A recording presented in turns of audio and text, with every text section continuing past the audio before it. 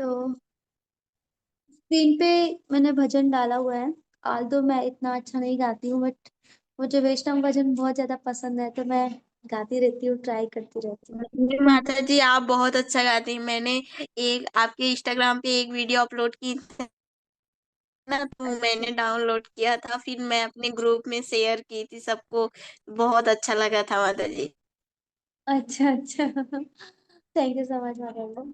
तो भजन है, भक्ति विनोद ठाकुर जी ने ये गाया है, लिखा है। तो गाने का प्रयास करूंगी इसे, क्योंकि इसका हिंदी मीनिंग बहुत अच्छा है। और मैं जब कोई भी भजन होता है, पहले मैं इसका हिंदी मीनिंग पढ़ती हूँ ना, तो बहुत अच्छा लगता है, तो फिर उस भजन को गाने का ट्राई करती हूँ। तो हाँ ये माता भजन जी, है। बहुत आपके मुख से तो और अच्छा लगता है माता जी। मैं खुद एक बार नहीं, 4 बार उस वीडियो को सुनती हूँ। जब मन करता है तब सुनती हूँ। श्री भगवान की जय।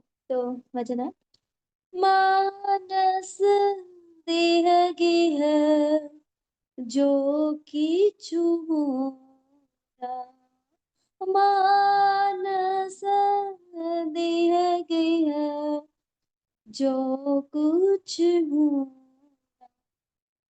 अर्पिलो तुया पदे नंद किशोरा, मानस देह गेह जो किछु मोरा,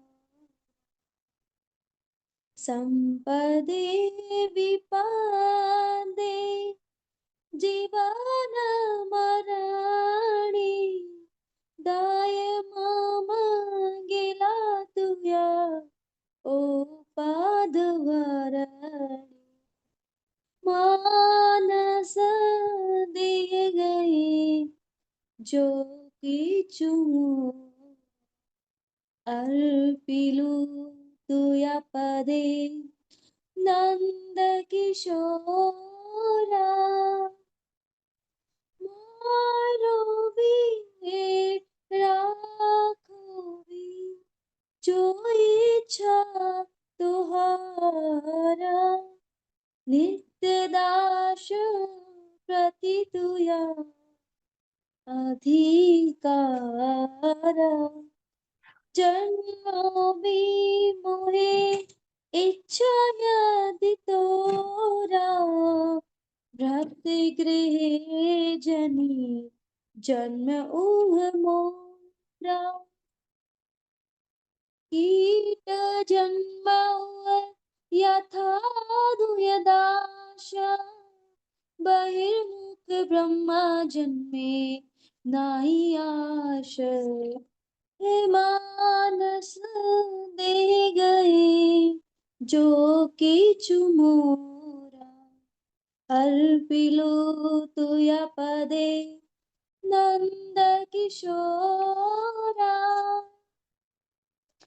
भक्ति मुक्ति प्रया विहीन ये भाता, लभते ही ताक संगे अनुरक्त, जनक जननी दयित तनया, प्रभु गुरुपति तू सर्वमय, भक्ति विनोद कहे सुनो काना, राधनाथ तू हमारा प्राण, मानस देगे जो किछु मोर, अर्पिलो तुया पदे नंद किशोरा, हरे कृष्णा कृष्ण कृष्ण हरे हरे, हरे राम राम राम हरे हरे, हरे कृष्णा कृष्ण कृष्ण हरे हरे, हरे राम राम राम हरे हरे। तो ये बताइए मुझे कि प्रणाम के बाद में हम क्या करते हैं, कौन बताएगा? हमने प्रणाम कर लिया, उसके बाद हम क्या करेंगे? मंदिर में घुसने के बाद, प्रणाम करने के बाद फिर क्या करते हैं? क्या प्रोसेस होता है, कोई बताएगा? कोई भी बता सकता है? प्रार्थनाएं करते हैं माता जी, मंत्र भगवान के प्रार्थना। दर्शन करते हैं ना सब वैष्णव को प्रणाम यस, करने के बाद। यस, प्रणाम करने के बाद हम भगवान के दर्शन करते हैं। तो मैं आपको अ, एक मैं टेक्स्ट मैसेज शेयर करती हूँ ना, वो रीड करना कोई भी भक्त एक।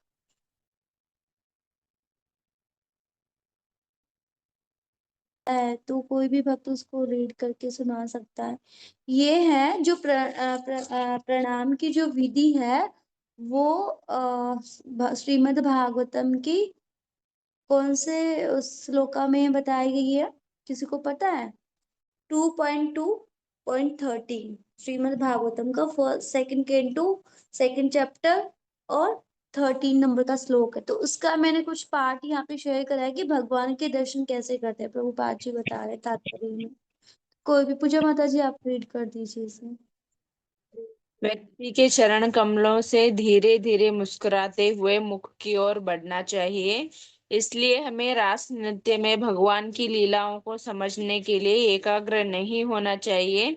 भगवान के चरण कमलों पर पुष्प और तुलसी अर्पित करके अपना ध्यान एकाग्र करने का अभ्यास करना बेहतर है। इस प्रकार हम अर्चना विधि द्वारा धीरे धीरे शुद्ध हो जाते हैं। यस, तो यहाँ पे प्रभुपाद जी बता रहे हैं कि सबसे पहले हमें क्या, कैसे दर्शन करना चाहिए? भगवान के चरण कमलों से, चरण कमलों का दर्शन करते हुए धीरे धीरे ऊपर मुखमंडल तक हमें जाना चाहिए।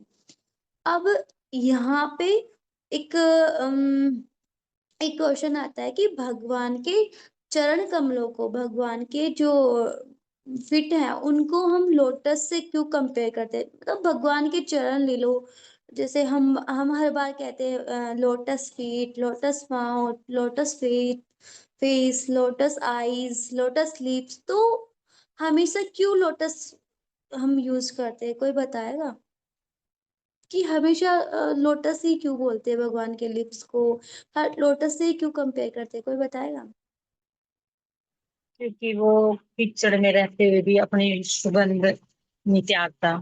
मतलब कि एक नित दास की तरह, मतलब तिनके के समान, तिनके से भी अपने आप को समझता है। मतलब उसमें भी खिलता है, मतलब एक एक कीचड़ में भी। और कोई बताएगा? ट्राई करेगा। हम कमल को ही सभी पुष्पों में अधिक सुंदर समझते हैं इसलिए। एक सेकंड, आप लोगों का फेस क्यों नहीं दिख रहा मुझे?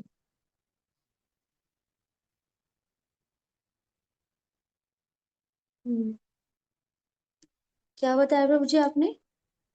जी मैंने ये बताया कि सभी पुष्पों में हमें कमल सबसे ज्यादा सुंदर लगता है इसलिए। अच्छा, और भी रीजन होता है, कोई बताएगा? माता जी थोड़ा फिर से बता दीजिए, दरअसल मेरा डिस्कनेक्ट हो गया था, मुझे पता नहीं। कमल के शेप ऐसे होता है इसलिए क्योंकि प्रभु के नयन को भी कमल ही कहते हैं ना, उसका आकार ऐसे होता है इसलिए शायद। नहीं, इसका रीजन ये है कि जो मतलब भगवान है, जो कमल है, कमल पुष्प, पुष्प जो है वो इस भौतिक सृष्टि का नहीं है, ये आध्यात्मिक है। क्यों? क्योंकि ये तो पहले से ही था। तब भगवान की नाभि से जब कमल की डंडी निकली, ब्रह्मा जी उस कमल में विराजमान थे, तो ये भौतिक नहीं है, ये पुष्प भौतिक नहीं है, ये आध्यात्मिक है। और भगवान का जो अंग है वो प्राकृत नहीं है, वो इस प्रकृति से परे है। और लोटस जो है वो भी इस प्रकृति से परे है। तो जो ब्रह्मा जी खुद सृष्टि रचने वाले हैं वो भी इस लोटस से ही आए हैं, तो इसलिए भगवान को इससे कंपेयर किया जाता है। लेकिन भगवान इस लोटस से भी ज्यादा सुंदर है। वो तो हम लोग है कि हम हमारे पास कोई और चीज है ही नहीं जिससे हम भगवान को कंपेयर कर सके, तो हम लोटस से कंपेयर करते हैं। जैसे कुंती महारानी अपने प्रेयर में कहती है ना, नमः पंकज नाभाय नमः पंकज मालिने नमः पंकज नेत्राय नमस्ते नाभाय नमः पंकज मालिने नमः पंकज नेत्राय नमस्ते पंकज आंगने, ऐसा कुछ होता है। तो इस तरह से कुंती महारानी भी अपने प्रेयर में ऐसे ही बोलती है। तो भगवान इतने सुंदर है, इतने सुंदर है। भूषणम भूषणानाम, यानी कि भगवान को किसी भी भूषण यानी कि किसी भी मतलब ये ज्वेलरी की जरूरत नहीं है भगवान को। किसी भी आभूषण की नीड नहीं है। भगवान तो मतलब हम भी आभूषण पहनते, वो किस लिए पहनते हैं? ताकि भगवान को मतलब ताकि किसी को दिखा सके या भगवान को दिखा सके। लेकिन भगवान के पास तो जो आभूषण होते हैं, जो आभूषण होते हैं, वो भी भगवान के पास जाते हैं और कहते हैं कि प्लीज हमें पहन लो, प्लीज हमें पहन लो। वो भी कहते हैं कि हमें पहन लो। लेकिन भगवान को तो किसी भी आभूषण की नीड नहीं होती। वो तो इतने सुंदर है, इतने सुंदर है कि उसकी कोई मतलब हम उसको उनकी सुंदरता का गुणगान भी नहीं कर सकते, इतने सुंदर है। वो तो हमारी सोच से भी परे है। हम तो बस थोड़ा बहुत बता देते कि हाँ लोटस की तरह है, लेकिन वो उससे भी बहुत ज्यादा सुंदर है। जैसे हम हमारे जैसे शास्त्रों में हम सुनते हैं, है ना, शास्त्रों से ही जानते हैं कि भगवान सुंदर है। अनंत काल से अनंत देव अनंत गुणों का गुणगान करते हैं, उसके बाद में भी क्या कहते हैं कि इनका गुणगान नहीं किया जाता, भगवान का गुणगान नहीं किया जा सकता। मतलब इतना इतना गुणगान सुनते हैं ना, उसके बाद में भी जो संत लोग होते हैं वो यही कहते हैं कि भगवान का गुणगान नहीं सुनाया जा सकता। अनंत गुणगान है उनका, तो अनंत मतलब भगवान इतने सुंदर है कि उनका हम गुणगान भी नहीं कर सकते। बस हमारी जितनी बुद्धि है, लिमिट जो है, उससे ही हम विचार कर सकते हैं कि भगवान इतने सुंदर है, भगवान के लोटस आइज है, लोटस फीट है, लोटस, बस ये कर सकते हैं। लेकिन भगवान बहुत सुंदर है। जैसे आता है ना वो, अधरम मधुरम नयनम मधुरम हसितम मधुरम हृदयम मधुरम, मतलब भगवान का सब कुछ मधुर है, सब कुछ मधुर है। मधुराधिपति रखिलम मधुरम, यानी कि भगवान सबका सब कुछ मधुर है। भगवान इतनी मधुर है। तो और आगे इसमें जैसे हम देखते हैं कि हम जैसे जैसे पूर्णिमा का चांद देखते हैं, पूर्णिमा का चांद इतना सुंदर होता है, उसको देखने के लिए जाते हैं, अरे कितना बड़ा सुंदर चांद है। लेकिन जब महाप्रभु इस जगत में आए, इस भौतिक जगत में अवतार लेते, तो उनकी सुंदरता को देखकर भी जो चांद था वो भी शर्मा गया था। और जब वो शर्मा गया, उसने ऐसे अपना फेस छुपाया, यानी कि उस पे भी ग्रहण लग गया। इतने सुंदर होते हैं भगवान, इतने सुंदर होते हैं। तो जैसे कृष्ण कविराज गोस्वामी कहते हैं, उनका एक इसका ही है, अ, अकलंक गोर चंद्र दिल दर्शन सकलंक चंद्र आरे को न प्रयोजन। अकलंक गोर चंद्र दिल दर्शन सकल सकलंक चंद्र आरे को न प्रयोजन। तो जब अकलंक गौर चंद्र दर्शन देते हैं, तो सकलंक चंद्र को इतने सारे कलंक है, इतने सारे कलंकों से भरा हुआ है, उसका क्या, उसका कोई प्रयोजन नहीं होता। हम चंद्रमा को कहते हैं ना कि कितना सुंदर है, कितना एकदम, जब पूर्णिमा का चांद देखते हैं तो बहुत कहते हैं ना कितना सुंदर है। लेकिन भगवान गौर चंद्र भी तो उससे भी बहुत ज्यादा सुंदर है। तो भगवान के जो दिव्य शरीर है वो कितने मून से बना है, कोई बताएगा? कितने मून से बना है भगवान का दिव्य शरीर? कौन बताएगा? कितने क्या मून से माता जी? बना जी? हाँ, भगवान का शरीर कितने मून से बना है, कितने चांद मिलकर भगवान का शरीर बना है? 24.5। यस 24.5। 24। यस वेरी गुड माता जी। तो आपको किसी को पता है कि कौन कौन से मतलब क्या क्या काउंट होता है उसमें? उनके पैर के 10 नख, हाथों के यस 10 नख, दोनों गाल, और यस ये क्या बोलते हैं इसको, फॉर कपाल, फोरहेड, फोरहेड। हाँ कितने हो गए टोटल? और उनके ये भी शायद काउंट होते हैं, ये या ये, वो इसको क्या बोलते हैं, इसको आईब्रो। एक्चुअली 10 टोनेल्स, मतलब टोनेल्स होते हैं 10, फिंगर नेल्स 10, 20, और 2 चिक्स होते हैं, एंड वो डॉट्स होते हैं, गोपी डॉट्स, वो भी काउंट होते हैं ना, और हाफ।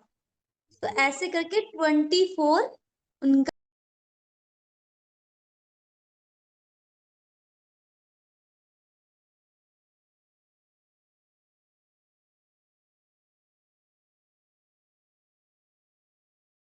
है। तो देखो कितनी अंग मतलब कितना चमकते होंगे भगवान। एक चंद्रमा को देखकर हम कहते हैं कितना चमक रहा है, आज चंद्रमा में बहुत चमक रहा है, ये लेकिन भगवान इतने चंद्रमाओं से मिलकर बने हुए हैं, तो कितने चमकते होंगे।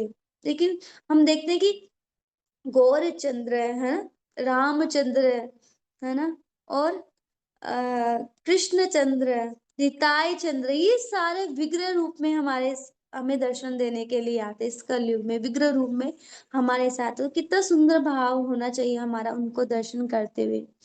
तो एक बहुत एक स्टोरी आती है, मैंने सुनी थी गुरु महाराज जी के लेक्चर में, कि एक बार क्या होता है, वृंदावन में एक बाबा जी होते हैं, मतलब वो अंधे, जन्म अंधे होते हैं, यानी जन्म से ही अंधे होते हैं वो।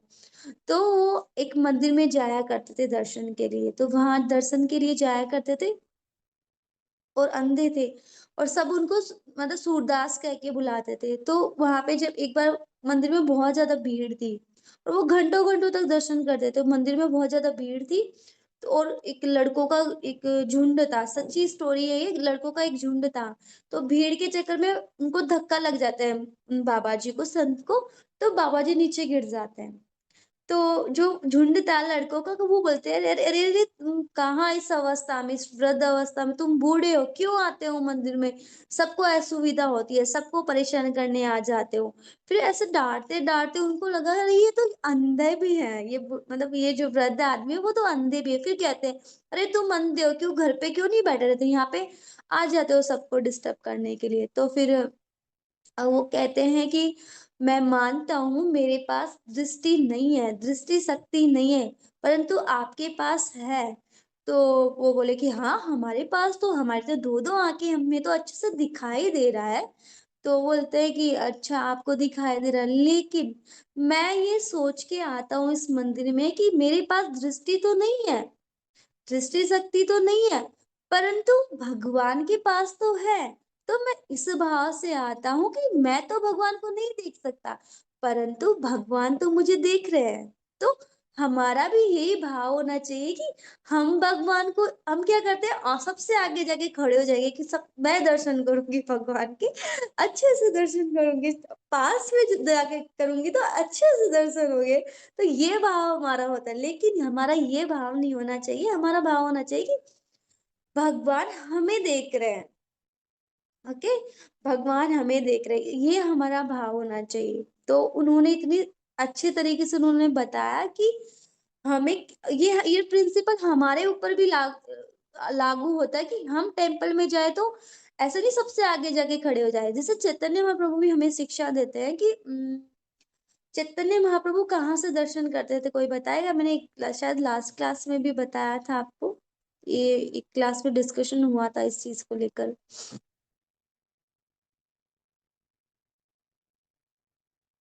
किसी को नहीं पता? शायद तो साइड से दर्शन करते होंगे। नहीं, भगवान और जो नित्य चैतन्य महाप्रभु थे, वो गरुड़ स्तंभ स्तंभ, के पास खड़े होके दर्शन करा करते थे। गरुड़ स्तंभ। यस, गरुड़ स्तंभ के पास खड़े, क्यों? क्योंकि हम मतलब मैं बात करी, मैं तो मतलब मेरा, हम तो इतने पति, हमारे अंदर तो इतना सामर्थ्य नहीं है, हम तो इतने मतलब वो नहीं है कि हम भगवान के दर्शन कर सके या भगवान हमारा दर्शन करने के लिए आए, लेकिन जो जैसे भगवान जो महाप्रभु थे, तो वो तो एक भक्त का अवतार लेकर आए थे ना, तो वो हमें सिखाने के लिए वो गरुड़ स्तंभ के पास खड़े होके, भक्त अवतार था ना उनका, तो भक्त अवतार में वो सिखा रहे थे कि वो मतलब एक भक्त के माध्यम से हमारे दर्शन हो सकते हैं। जैसे हम जाते खुद अकेले अकेले जाके इस चरम चक्षु से हमारे दर्शन नहीं होंगे भगवान के, उसके लिए हमें दिव्य चक्षु चाहिए। तो भगवान जो महाप्रभु थे वो गरुड़ स्तंभ के पास खड़े होकर दर्शन करते थे। ऐसे ही अगर हम किसी भक्त के साथ दर्शन करने जाए, तो क्या पता उन भक्त का दर्शन, भगवान उन भक्त को देखते देखते हमें भी, हमारे ऊपर भी कृपा दृष्टि हो जाए। तो हमेशा हमें भक्त के साथ ही मंदिर में, जैसे वृंदावन में जाते हैं, वृंदावन में कितने मंदिर है, उनका दर्शन करते हैं, तो हमें वृंदावन की यात्राएं भक्तों के साथ ही करनी चाहिए, ताकि भक्त को देखते हुए वो हमें, हमारे ऊपर भी उनकी कृपा दृष्टि चली जाए। तो हमारा इस तरह से हमें मंदिरों में दर्शन करना चाहिए। आगे इसमें था, हाँ, तो हमारे लिमिट्स तो कुछ भी नहीं है। हम तो क्या ही देख सकते हैं, हमारी आंखों से कुछ भी नहीं देख सकते, हम तो अच्छे से दर्शन भी नहीं कर पाते। लेकिन भगवान की जो लिमिट्स होती है ना, उनकी तो वो तो अनलिमिटेड है, उनका तो वो देख लेते हैं अपने, मतलब उनकी दृष्टि तो इतनी है, इतनी पावरफुल है। जैसे आ, कृष्णा ने ये सृष्टि बनाते हैं और देखने मात्र से इस सृष्टि को नष्ट कर देते हैं। तो उनकी जो दृष्टि है वो इतनी पावरफुल है। और एक चीज और आया था इसमें, हाँ, जब कालिया नाग आया था, तो उसके जहर से जितने भी ग्वाल वाल थे, जितने भी बछड़े थे, वो सारे क्या हो गए थे, बेहोश हो गए थे। लेकिन जैसे ही भगवान कृष्ण ने दृष्टि डाली, सारे जो थे वो सारे उठ जाते हैं, सारे सचेत हो जाते हैं, है ना, कॉन्शियस आ जाती है सब में। तो भगवान की दृष्टि मात्र से ही मतलब सब कुछ सही हो जाता है। तो भगवान की दृष्टि इतनी पावरफुल है। तो जैसे हम देखते हैं कि हाँ, एक आती है इंग्लिश में हम जैसे इंग्लिश में बोलते हैं did you see the doctor. अब did you see the doctor का मीनिंग क्या होता है, अगर हम देखें तो, कि हम क्या डॉक्टर को देखने जा रहे हैं, यही मीनिंग होता है ना। एक से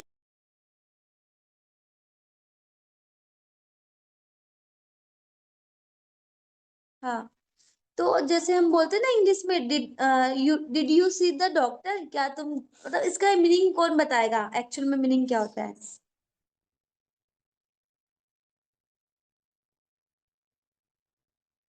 हरे कृष्णा।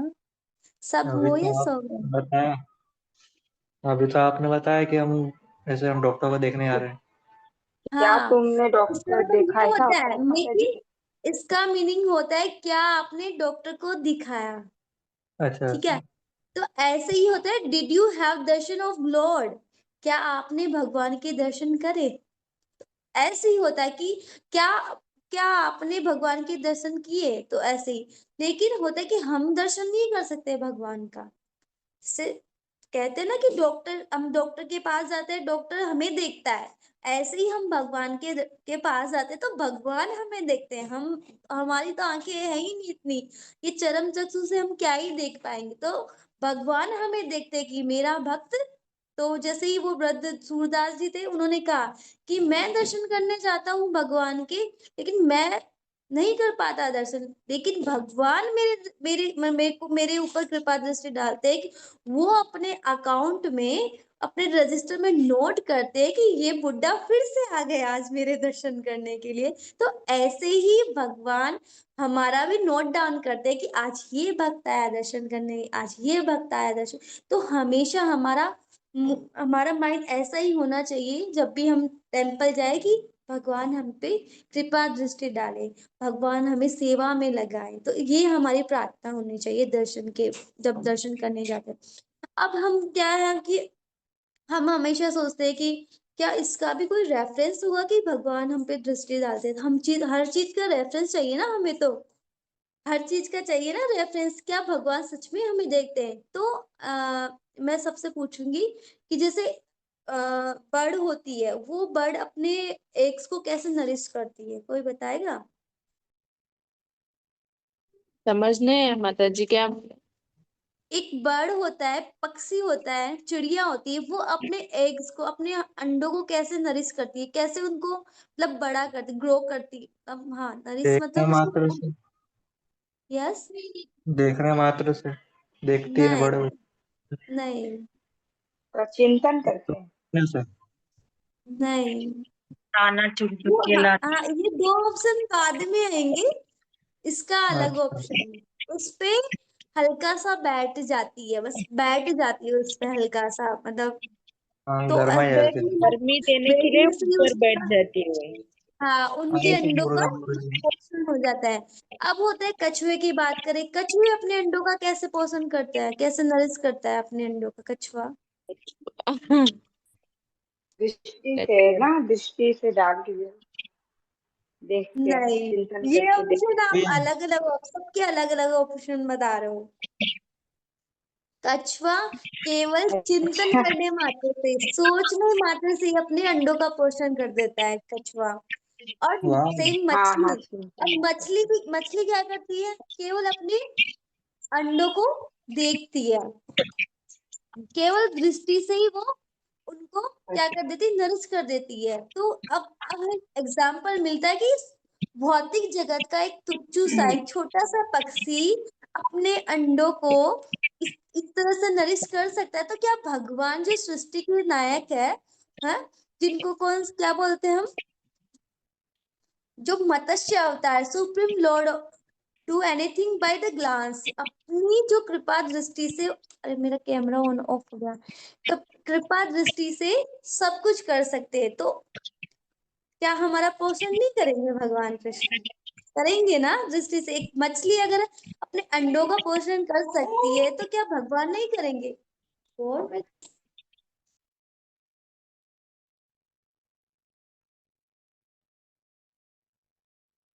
ओके, तो भगवान अपनी दृष्टि से सबका पोषण करते हैं। अब बात आती है जैसे दुर्योधन थे, शकुनी थे। आवाज तो क्लियर आ रही है ना मेरी? किसी का साउंड आ रहा है? क्लियर आ रही है माता। हाँ, तो माता जी आपका, हाँ, हाँ, तो जैसे दुर्योधन थे, शकुनी थे, है ना? और और कौन थे? हाँ, जो ये थे, तो इन पे भी तो भगवान की दृष्टि गई थी ना, गई थी ना। लेकिन लेकिन उनका सारा वंश ना, मतलब वंश खत्म हो गया था। लेकिन जो इसके अलावा मथुरा में जो आ, यज्ञपत्नियां थी, कुब्जा थी, है ना? और जो अन्य रानियां थी, तो उन्होंने भी भगवान के दर्शन करे थे। लेकिन उससे पहले वो भगवान के दर्शन नहीं करेंगे करे थे, लेकिन उन्होंने भगवान के बारे में श्रवण करा था। श्रवण करा था उन्होंने, दर्शन नहीं करे थे, केवल श्रवण करा था। लेकिन जो दुर्योधन थे, ये सब तो बार बार भगवान कृष्ण को देखते थे, भगवान उनसे जाते थे, मिलते थे। लेकिन उन्होंने दर्शन करा, लेकिन उनका उनकी उन पे भगवान की दृष्टि नहीं गई, मतलब उन्होंने देखा भगवान को, लेकिन भगवान की दृष्टि उन पे नहीं गई, इसलिए उनके कुल का नाश हुआ। लेकिन कुब्जा है, और पुरनारी है ना, यज्ञ पत्नियां है, कितनी सारी वो थे, है ना? तो उन्होंने केवल श्रवण करा था भगवान के बारे में, श्रवण मात्र से उन लोगों का उद्धार हुआ। तो यहाँ एक बहुत इंपॉर्टेंट बात हमें पता चलती है कि श्रवण, श्रवण मोस्ट इंपॉर्टेंट है। जैसे गुरु महाराज जी कहते हैं कि जब हम श्रवण करते हैं तो कहाँ होना चाहिए हमें? सबसे आगे होना चाहिए। जब श्रवण करें तो सबसे आगे होना चाहिए, और जब दर्शन करें भगवान के तो सबसे पीछे होना चाहिए। ऐसा होना चाहिए। हम क्या करते हैं, दर्शन के टाइम तो हम सबसे आगे आगे आगे चले जाते हैं कि हम सबसे पहले दर्शन मैं करूंगी, सबसे पूरा दर्शन करूंगी, अच्छे से देखूंगी भगवान को। लेकिन जब कथा होती है तो सबसे पीछे जाके बैठते हैं, जबकि कथा में हमें सबसे आगे बैठना चाहिए, क्योंकि हम चरम चक्षु से भगवान के दर्शन नहीं कर सकते, हम करण चक्षु से भगवान के दर्शन कर सकते हैं। तो इस तरह से हमें भगवान के दर्शन करने चाहिए। और क्या टॉपिक था उसमें? एक सेकंड। हम्म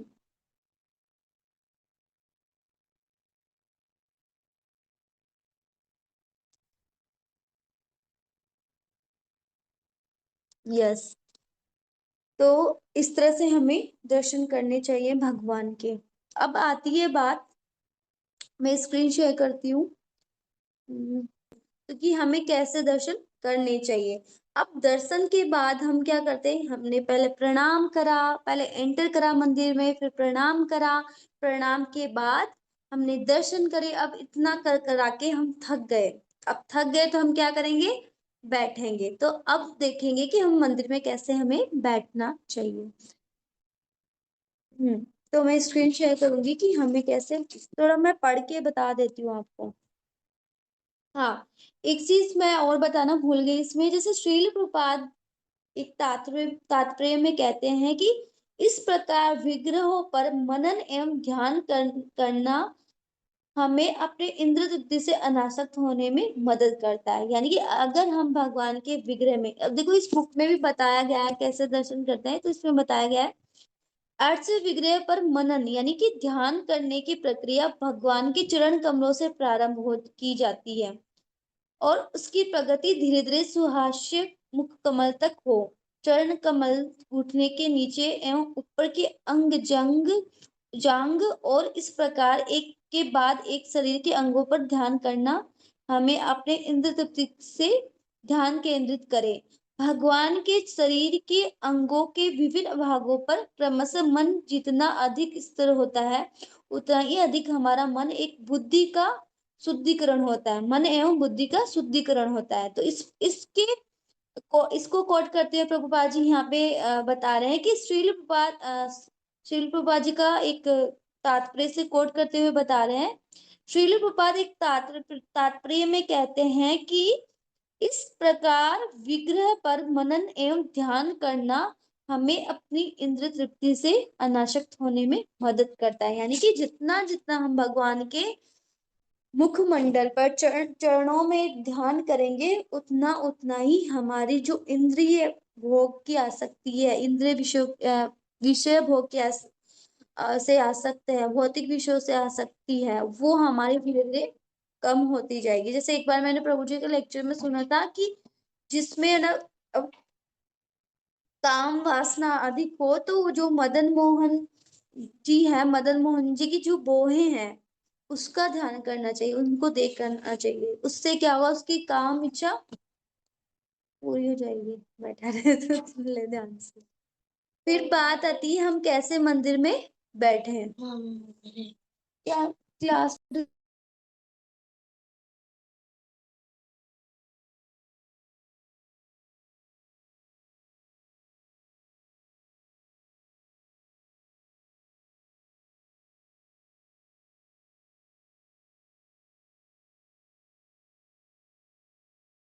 कृष्णा, सॉरी वो गोर बीच बीच में डिस्टर्ब कर रहा है आज। तो मैं स्क्रीन शेयर करती हूँ।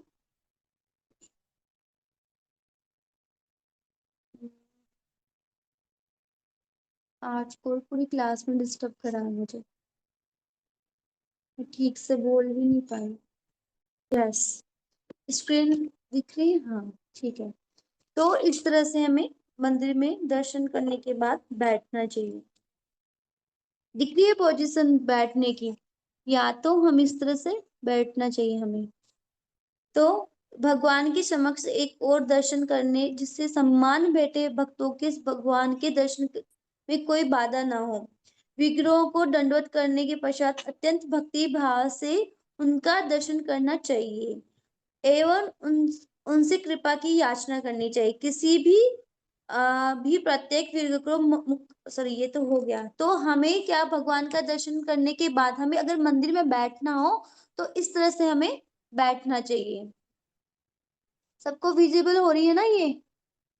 जी तो मत बैठने की पोजीशन दिख रही है, लेकिन क्या होना चाहिए कि हमारे जो पैर हैं वो कवर्ड होने चाहिए। ऐसा नहीं कि मतलब दिख रहे हैं, जैसे ये होते हैं ना एंकल, वो हमारी कवर होनी चाहिए मंदिर में। अगर हम बैठ रहे हैं तो ये कवर होनी चाहिए, या फिर हम इस पोजीशन में बैठनी चाहिए। ना तो हमें भगवान के मंदिर की तरफ अपने पैर को पॉइंट करके बैठना चाहिए, है ना, इस तरह से, ना भगवान को हमें पीठ देके बैठना चाहिए। यहाँ तक कि जो आ, ये जो व्यास आसन होता है ना, जहाँ पे कथा होती है, उनको भी हमें पीठ दे के नहीं बैठना चाहिए। ना भगवान को पीठ दे के बैठना चाहिए और ना ही पैर करके बैठना चाहिए। कि या तो हम कौन से इसमें इस तरह से बैठना चाहिए, जो 2 पोजीशन है ना, इस तरह से हमें बैठना चाहिए। इसके बाद एक चीज और शेयर करनी थी मुझे। हम्म,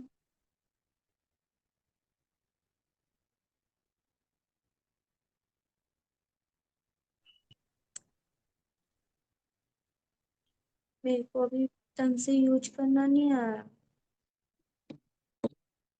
यस, इस तरह से हमें नहीं बैठना चाहिए। हम क्या करते हैं, कई बार थक जाते हैं ना बैठे बैठे बैठे बैठे, तो हम या से नी को पकड़ लेते हैं, कभी हमारी है ना इस पैरों को ऐसे पकड़ के बैठ जाते हैं। तो इस तरह से हमें नहीं बैठना चाहिए। तो मैं कुछ इसमें पॉइंट्स हैं बता दूं। हरे कृष्णा। तो मंदिर में बैठने की विधि है ये। मंदिर में बैठते समय अर्श विग्रह के समक्ष पैर खुले न हो अथवा अपने पैरों की अंगुलियों का निर्देश अर्श विग्रह विग्रह गुरु महाराज एवं तुलसी देवी की ओर न हो। यदि संभव हो तो पैर एवं एड़ियां ढकी हुई होनी चाहिए। ठीक है। यदि संभव हो तो श्री विग्रह व्यास आसन, श्रील प्रभुपाद और श्रीमती तुलसी देवी की ओर पीठ करके न बैठे। कभी कभी मंदिर की संरचना के कारण ये संभव नहीं होता। विग्रह के समक्ष में पैर फैलाकर न बैठे। तो इस तरह से हमें नहीं पहनना चाहिए। और विग्रह को सामने सोना भी नहीं चाहिए। शायद आज मैं इतना बोरिंग बोल रही हूँ तो शायद आधे भक्त तो सो गए होंगे मेरी बोरिंग बातें सुनकर। तो इस तरह से हमें भगवान के दर्शन करने चाहिए, मंदिर में बैठना चाहिए। नेक्स्ट हम डिस्कस करेंगे बोलना और बात करना। ठीक है। आज मैं बहुत ज्यादा डिस्टर्ब हो रही हूँ क्लास में बार बार। तो आज का इतना ही था क्लास। किसी का कोई क्वेश्चन है तो पूछ सकता है।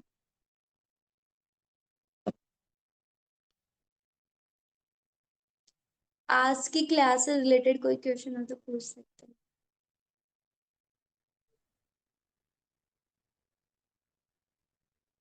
कोई क्वेश्चन नहीं।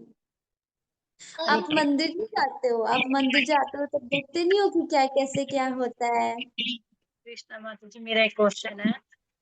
बताएं कि ये चक्षु बताए ना, देखने के कौन से चक्षु होते हैं, जैसे कर, ये फिर से बताना एक बार। चरम चक्षु होते हैं, यानी कि जो मतलब किससे बने हुए थे? चमड़ी से बने हुए थे। मतलब भौतिक चक्षु है हमारे चरम चक्षु। और एक होता है कर्ण चक्षु, यानी कि कानों से अगर श्रवण करेंगे किसी भी लीला को, भगवान की हम देखो किसी के बारे में जानते हैं, किसी के बारे में जानना चाहते हैं तो क्या करते हैं, सबसे पहले उस व्यक्ति के बारे में श्रवण करते हैं, सुनते हैं कि वो कैसा है। जैसे हम मान लो कि हमने किस अपनी डॉटर की डॉटर के लिए लड़का ढूंढना है। अब उसको तो देख के आ जाएंगे हम, लड़का तो देख लिया हमने, लेकिन उसके बारे में सुनेंगे कि वो कैसा है ना। उसके बारे में जानने की कोशिश करते हैं ना दूसरों से, कि वो कैसा है, कैसा दिखता है, कैसा रहता है। वो सारा हम दूसरों से जानने की कोशिश करते हैं। तो ऐसे ही भगवान को इस भौतिक आंखों से नहीं देख पाएंगे।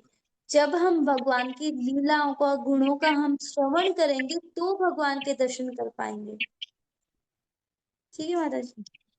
जी हाँ, तो थैंक यू चरण माता जी। चक्षु जो हमारे भौतिक आंखें हैं, चमड़े की आंखें, उनको बोलते हैं करण चक्षु, यानी कानों के माध्यम से समझो श्रवण करके भगवान के दर्शन करते हैं। वो यहाँ पे बताया गया। थैंक यू माता जी। किसी और का कोई प्रश्न?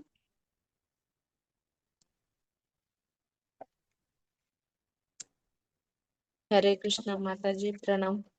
श्राद्ध के प्रणाम। बारे में पूछना था। इतना श्राद्ध तो गया माता जी, श्राद्ध गया। गया, लेकिन कर दिया, कल किया था। वो सही है कि नहीं वो पता चलना चाहिए ना, इसलिए। हाँ सही है, बहुत अच्छा किया माता जी, करना तो था ही आपको।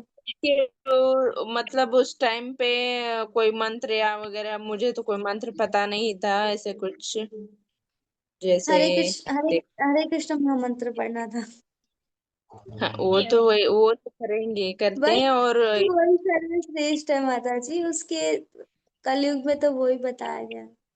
जी, शाम के लेक्चर में था मंत्र, और डिस्क्रिप्शन में देख लेते हैं आप।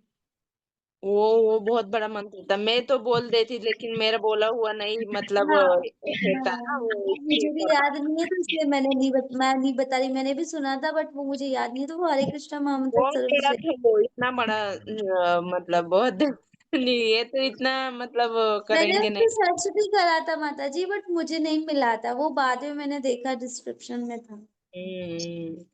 जी। हरे कृष्णा माता जी, प्रणाम। हरे कृष्णा माता जी, माता जैसे जी। आपने बताया कि मंदिर में हम लोग के बैठे हैं तो एंकल नहीं दिखना चाहिए। तो यस। माता जी, अगर जैसे मैं बहुत भक्तों को देखती हूँ कि साड़ी में तो माता जी कवर हो जाता है, साड़ी में, लेकिन अगर कोई सूट पहना है या कोई चूड़ीदार पहना है तो उसमें तो दिखते हैं माता जी। तो अगर कभी सूट पहन के जाए मंदिर में तो फिर हम लोग सॉक्स पहन सकते हैं? हम्म। यस माता जी, लेकिन जहां तक जैसे मैंने महाराज जी से सुना था कि जो माता जी होते हैं ना, उनको या तो लॉन्ग सूट पहनने चाहिए पूरे लंबे, जो हम लेगिंग्स पहनते हैं ना टाइट वाली, वो हमें नहीं पहननी चाहिए मंदिर में। कट वाला, साइड कट वाला कुर्ता भी नहीं पहनना चाहिए, या तो फुल लॉन्ग होना चाहिए या फिर साड़ी वियर करनी चाहिए।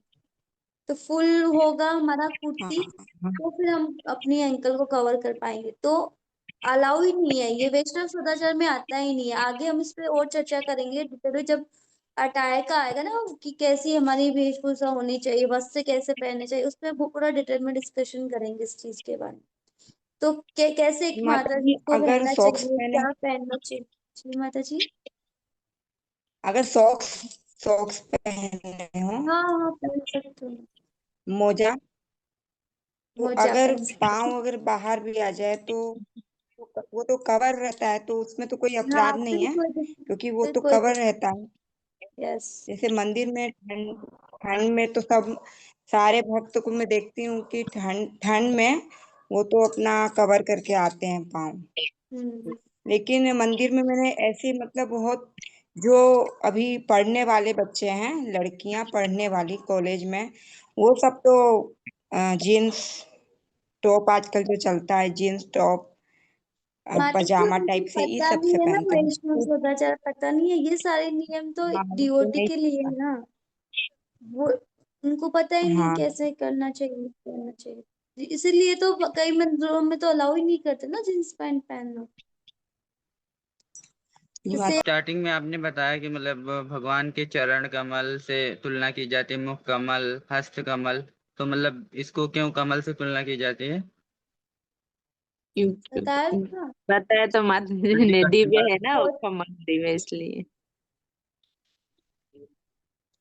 कौन कौन क्योंकि वो बताएगा इसको। भौतिक जगत में नहीं है, कमल वो आध्यात्मिक जगत में है। हाँ, क्योंकि उनके नाभि से निकला हुआ है, पहले से ही है, इस जगत बनने से पहले से ही है वो, ओ हाँ। इसलिए। और और गोलोक गोलोक में भी तो वृंदावन की जो पंखुड़ियां हैं वो भी लोटस। वो भी, हाँ, बराबर, ये पॉइंट गोलोक में तो भी ना तो बहुत पंखुड़ी सारे है जो कारण दिल। हैं, जैसे एक तो ये है कि वो भौतिक जगत का नहीं है, वो आध्यात्मिक जगत का है। ठीक है। और एक वो होता है जैसे वो कीचड़ में होता है बट वो अनटच्ड होता है, यानी कि कोई नीचे वो टच नहीं होता, एकदम क्लीन, एकदम शुद्ध वो रहता है। कीचड़ में रहते हुए भी वो अनटच्ड रहता है। और पेटल्स होती है उसकी, और भगवान की आइस की शेप जो माता जी ने बताया था वो सेम होता है। तो यही था।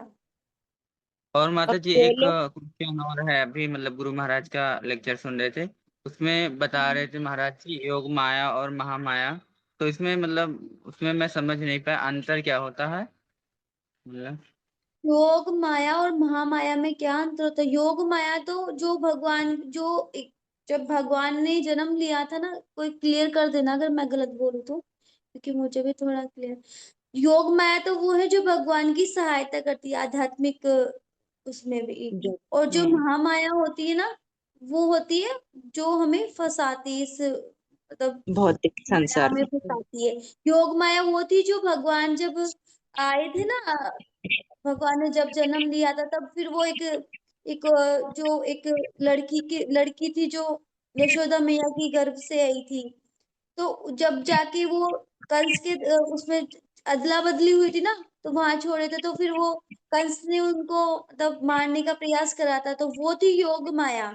तो योग माया हमें क्या करती है, भगवान से जोड़ने में सहायक करती है। ये भक्त भगवान की भक्ति करने का प्रयास करा है, तो वो अपने भगवान से जोड़ती है। लेकिन जो महामाया होती है, वो हमें ना भक्ति से दूर करती है। वो मतलब हमें भक्ति नहीं करने देती। हमारे माइंड में बहुत सारी चीजें ऐसे डालती है, विषय भोग की, आसक्ति की, ये सारी चीजें डालती है, तो जिससे हमें भगवान से विमुख होते जाते हैं। तो ये थोड़ा डिफरेंस मुझे पता है योग माया और महामाया में। इसका और अच्छे से क्लियर मैं दे दूंगी, क्योंकि मेरे पास नोट्स भी है। मेरा खुद का सेम क्वेश्चन था ये, बट मेरा क्लियर नहीं हुआ था, किसी ने क्लियर नहीं करा था। लेकिन 9th चैप्टर जब मैंने गुरु महाराज जी से श्रवण करा था 9th चैप्टर में, तब महाराज जी ने क्लियर करा था मेरा ये वाला। तो मैं उसको नोट से देख के आपको व्हाट्सएप कर दूँ। बट मोटा मोटा ये है कि योग माया हमें भक्ति में जोड़ती है, और भगवान की सहाय मतलब आध्यात्मिक जो होती है ना, आध्यात्मिक जैसे लीला वगैरह होते हैं, उनमें भगवान की सहायक होती है। और जो महामाया है वो भौतिक है, वो लोगों को फंसाती है। जो मतलब भगवान की दोनों तरफ एक बढ़ ही रहे है। हैं उनको वापस खींचती है, वो है महामाया। माता जी दोनों मतलब महामाया योग माया एक ही है, मतलब अलग अलग कार्य करती है। डिफरेंस है, डिफरेंस है। डिफरेंस डिफरेंस है देखिए प्रभु जी। प्रभु जी, महामाया योग जो माया और मैं बोल रही हूँ, एक योग चीज माता माया आपको जी और बताना चाह रही महामाया हूँ।